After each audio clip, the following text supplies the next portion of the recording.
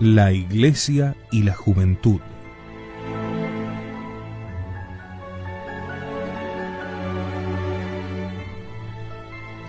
Otros aspectos de la realidad humana también son contemplados con mirada distinta por la Iglesia posterior al Concilio Vaticano II.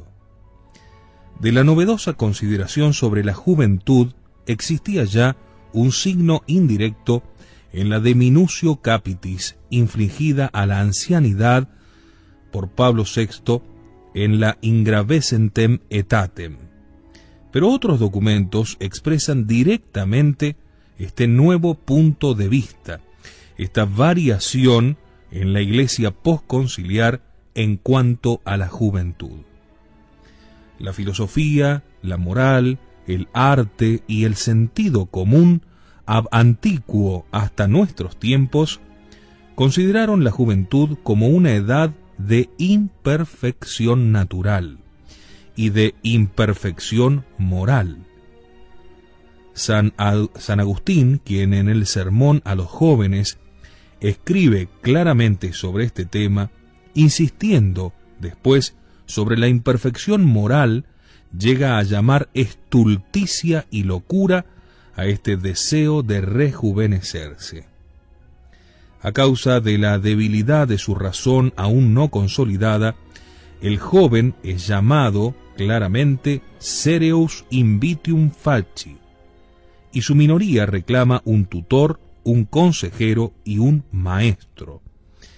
En efecto, le hace falta luz al joven para darse cuenta del destino moral de la vida, así como una ayuda práctica para transformarse y modelar las inclinaciones naturales de la persona sobre el orden racional.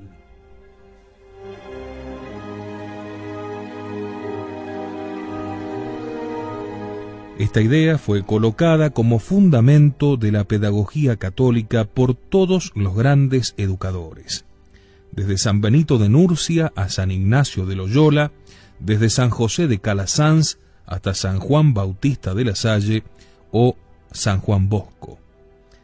El joven es un sujeto en posesión de libre albedrío y debe ser formado para ejercitarlo, de manera que, eligiendo el cumplimiento del deber, la religión no da a la vida otro fin que este, eligiendo el cumplimiento del deber, se determine a sí mismo hacia ese unum, para elegir el cual nos es precisamente dada la libertad. La delicadeza de la acción educativa deriva de tener como objeto un ser que es un sujeto y como fin la perfección de éste. En suma, es una acción sobre la libertad humana que no la limita, sino que la produce.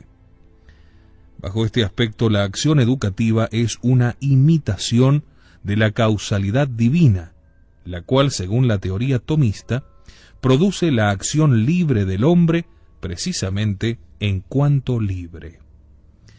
La conducta de la Iglesia hacia la juventud no puede por consiguiente prescindir de la oposición entre los siguientes elementos correlativos: quien es imperfecto ante quien es perfecto, relativamente se entiende, y quien no sabe y por lo tanto aprende ante quien sabe, relativamente.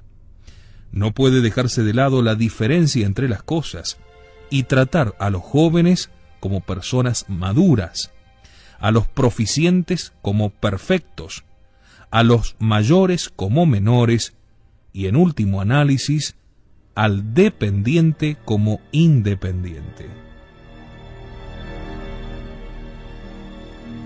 También en lo referente a la juventud, la profunda teoría tomista de la potencia y el acto sirve de guía al estudioso de las realidades humanas, sosteniéndole en la búsqueda de las características esenciales de esta edad de la vida y preservándole de la desviación a la que le impulsan las opiniones hoy dominantes. Siendo la juventud una vida incipiente, es necesario que comprenda y le sea explicado el todo de la vida, es decir, el fin en el cual la virtualidad del incipiente debe realizarse, y la forma en la cual la potencia debe desplegarse. La vida es difícil, o si se quiere, la vida es seria. En primer lugar, porque el hombre es una naturaleza débil, en combate con su finitud, en medio de la finitud de los otros hombres y de la finitud de las cosas, que tienden a invadirse recíprocamente. En segundo lugar, y esto es un dato de fe católica, el hombre está corrompido y tiende al mal, y a causa de las malas inclinaciones, la condición de la vida humana, atraída por motivos opuestos, es una condición de milicia, o más bien de guerra, o mejor aún, de asedio. La vida es difícil y las cosas difíciles son las cosas interesantes, porque interesante es lo situado dentro de la esencia, dada como potencia y que quiere salir y explicitarse. El hombre no debe realizarse, como se suele decir, sino que debe realizar los valores para los cuales ha sido creado y que exigen su transformación. Es curioso que mientras la teología postconciliar frecuenta la palabra metanoia, que quiere decir transformación de la mente, haga luego tanto hincapié en la realización de sí mismo. Seguir la pendiente es suave, castigar al propio yo para modelarlo es áspero. Tal aspereza fue reconocida en la filosofía, en la poesía, en la política, en el mito. Todo bien se adquiere o se conquista con un precio de fatiga. Los dioses, dice el sabio griego, han interpuesto el sudor entre nosotros y la virtud. Que la vida humana es combate y fatiga era un lugar común de la educación antigua, y se convirtió en símbolo de ello la letra épsilon, no la de dos brazos igualmente inclinados, sino la pitagórica con un brazo recto y otro doblado. La antigüedad formó sobre ella la divulgadísima fábula de Hércules en la encrucijada.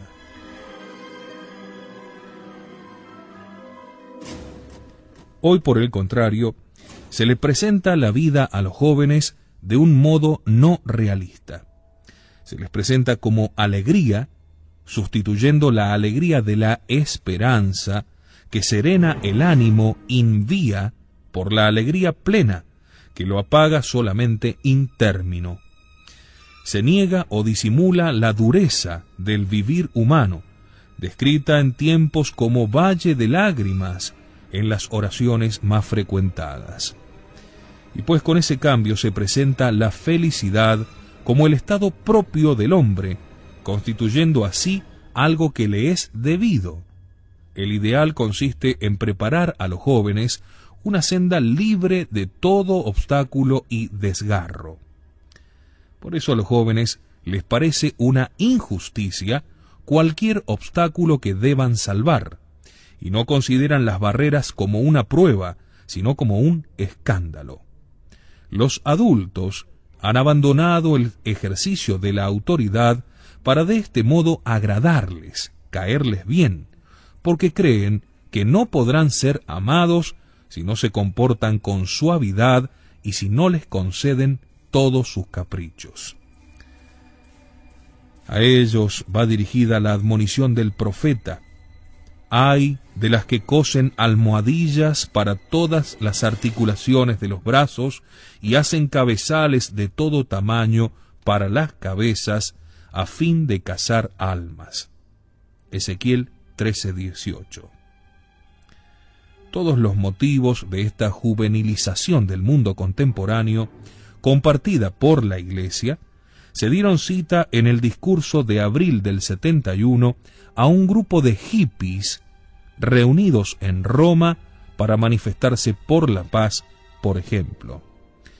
El Papa Pablo VI señala con alabanzas los valores secretos que buscan los jóvenes y los enumera.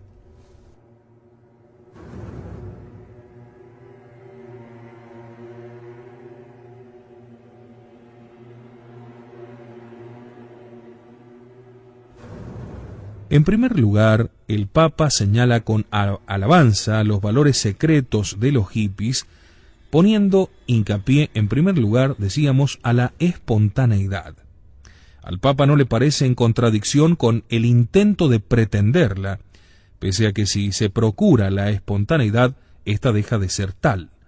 No le parece muy en contradicción ni siquiera con la moralidad, aunque ésta, por ser intencionalidad consciente, se superponga a la espontaneidad y pueda contradecirla. El segundo valor que exalta el Papa en los hippies que lo visitan es la liberación de ciertos vínculos formales y convencionales. El Papa no precisa cuáles son. Además, las formas son la apariencia de la sustancia. Son la sustancia misma en su manifestación, en su presencia en el mundo. Y lo convencional es lo convenido, es decir, lo que se acuerda y es bueno si es un acuerdo sobre cosas buenas. El tercer valor que resaltaba el Papa es la necesidad de ser ellos mismos. Pero no se aclara cuál es el yo que el joven debe realizar y en el cual debe reconocerse. De hecho, en una naturaleza libre existe una pluralidad de ellos, modificable de todas las formas posibles. El yo verdadero no exige que el joven se realice de cualquier manera, sino que se transforme e incluso se convierta en algo más allá de sí mismo. Además, las palabras del Evangelio no admiten otra interpretación. Renúnciese a sí mismo. San Lucas 9:23. El Papa mismo había exhortado justo el día anterior a la metanoia. ¿En qué quedamos entonces? ¿Hay que realizarse o hay que transformarse? El cuarto valor que indica el Papa es el impulso a vivir e interpretar su propia época. Sin embargo, el Papa no da a los jóvenes la clave para interpretar su propia época. No señala, por ejemplo, que según la religión, en la brevedad de su propio tiempo, el hombre no ha de buscar lo efímero, sino que ha de buscar el fin último que permanece a través de todo lo efímero. Habiendo desarrollado el discurso sin ninguna explicitación religiosa, Pablo VI concluye un poco por sorpresa: nos pensamos que en esta búsqueda interior vuestra, vosotros percibís la necesidad de Dios. En verdad, el Papa habla aquí opinativamente, no magisterialmente. La semiología de la juventud hecha por el Papa en el discurso del 3 de enero de 1972 es aún más claramente antitética a la tradicional católica. Se describen como cualidades positivas un natural desinterés por el pasado, un fácil genio crítico, la previsión intuitiva. Estos caracteres no convienen a la verdadera psicología de la juventud y no son positivos. Separarse del pasado es una imposibilidad moral, histórica y religiosa. Basta decir que para el cristiano toda su vida y su compromiso en la vida dependen del bautismo, que es un antecedente, y el bautismo a su vez de la familia, otro antecedente, y la familia finalmente de la Iglesia, que constituye el antecedente último.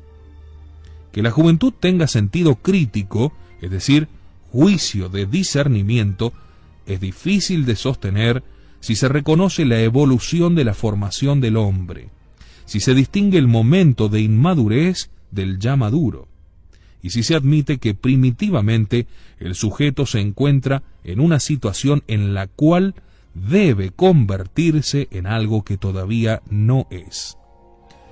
Finalmente, la previsión es cosa novísima en la psicología, que ha reconocido siempre en el joven un tardus previsor, como decía Horacio, alguien que ve tardíamente no sólo los acontecimientos del mundo, sino también su propia utilidad. Pero el entusiasmo por Hebe lleva al pontífice a proclamar que vosotros podéis estar en la vanguardia profética de la causa conjunta de la justicia y de la paz, porque vosotros, antes y más que los demás, tenéis el sentido de la justicia, les dice, y todos los no jóvenes están a favor vuestro.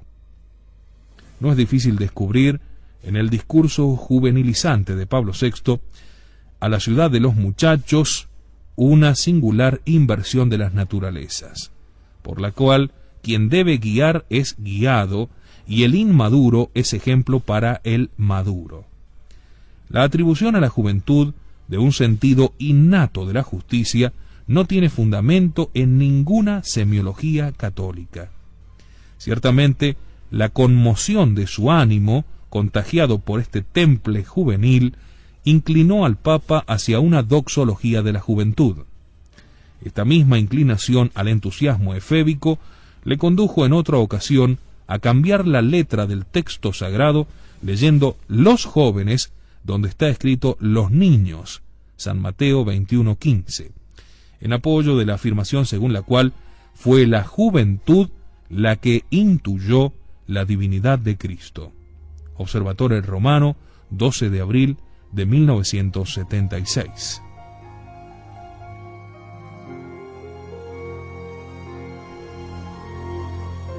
Este proceso juvenilizante llegaría a los extremos de invitar para un congreso eucarístico internacional a cantantes de rock que, como sabemos, proviene de influencias satánicas. Y sin embargo, se pudo ver a Bob Dylan cantando el himno satanista, golpeando en las puertas del cielo, frente a Juan Pablo II en la ciudad de Bolonia. Para demostrar que el culto de Hebe no es solamente algo propio del Papa, sino que está difundido en todos los órdenes de la Iglesia, no citaré las casi infinitas obras de clérigos y hasta de laicos, sino un documento de la Conferencia Episcopal Suiza para la Fiesta Nacional de 1969. Se dice en este documento que la protesta juvenil lleva consigo valores de autenticidad, de disponibilidad, de respeto del hombre, de rechazo de la mediocridad, de denuncia de la opresión, valores que bien mirados, dice el documento, se encuentran en el Evangelio. Resulta fácil apreciar cómo los obispos helvéticos pecan de indeterminación lógica. La autenticidad en sentido católico no consiste en presentarse como naturalmente se es, sino en hacerse como se debe ser, es decir, en última instancia consiste en la humildad. La disponibilidad es en sí misma indiferente, y se calificará como buena solamente en función del bien hacia el cual el hombre se encuentra disponible. El respeto del hombre excluye el desprecio por el pasado del hombre y el repudio de la Iglesia histórica. El rechazo de la mediocridad, aparte de pecar de indeterminación, mediocridad en qué, es opuesto a la sabiduría antigua, a la virtud de la resignación y a la pobreza de espíritu. Y que estamos en presencia de nuevas metas humanas y religiosas, como dice el documento, es una afirmación que privilegia lo nuevo en cuanto que es nuevo, y olvida que no hay otra criatura nueva aparte de la refundada por el hombre Dios, ni otras metas diferentes a las por él prescriptas. Después, los obispos llegan hasta a señalar a los jóvenes como un signo de los tiempos y hasta como la voz misma de Dios. Ante toda la cristiandad contemporánea, pero ese compuesto de palabras resulta absurdo por lo desmesurado de la adulación y aún más absurdo que el de Vox Populi Vox Dei, porque hace de un movimiento en gran parte irreflexivo un órgano de la divina voluntad y casi un texto de la divina revelación. También va contra el principio católico de la humildad y de la obediencia alabar que los jóvenes quieran ser protagonistas, ya que la Iglesia no es sólo de los jóvenes, ni todos ellos pueden llegar a prevalecer. Este protagonismo desconoce los derechos de los demás. Reconocer a los demás es el principio de la religión, aparte del principio de la justicia.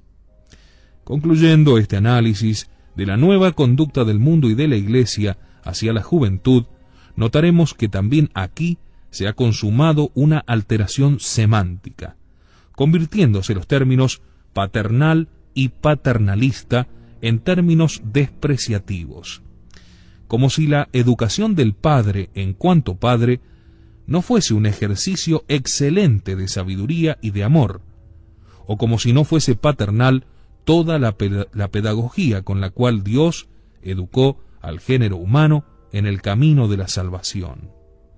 ¿Cómo no ver que en un sistema donde el valor se apoya sobre la autenticidad y el rechazo de toda imitación, el primer rechazo sería hacia la dependencia paterna? Por encima de los eufemismos de clérigos y de laicos, lo cierto es que la juventud es un estado de virtualidad e imperfección, y no puede ser considerada como un estado ideal, ni mucho menos tomada como modelo. Además, el valor de la juventud existe en cuanto es futuro y esperanza de futuro, de tal modo que mengua y desaparece cuando el futuro se realiza. La fábula de Hebe se convierte en la fábula de Psique. Si se diviniza a la juventud, se la conduce al pesimismo, porque se la obliga a desear una perpetuación que es imposible. La juventud es un proyecto de no juventud, y la edad madura no debe modelarse sobre ella, sino sobre la sabiduría de la madurez. Ninguna edad de la vida tiene como modelo su propio devenir hacia otra edad de la vida propia o ajena.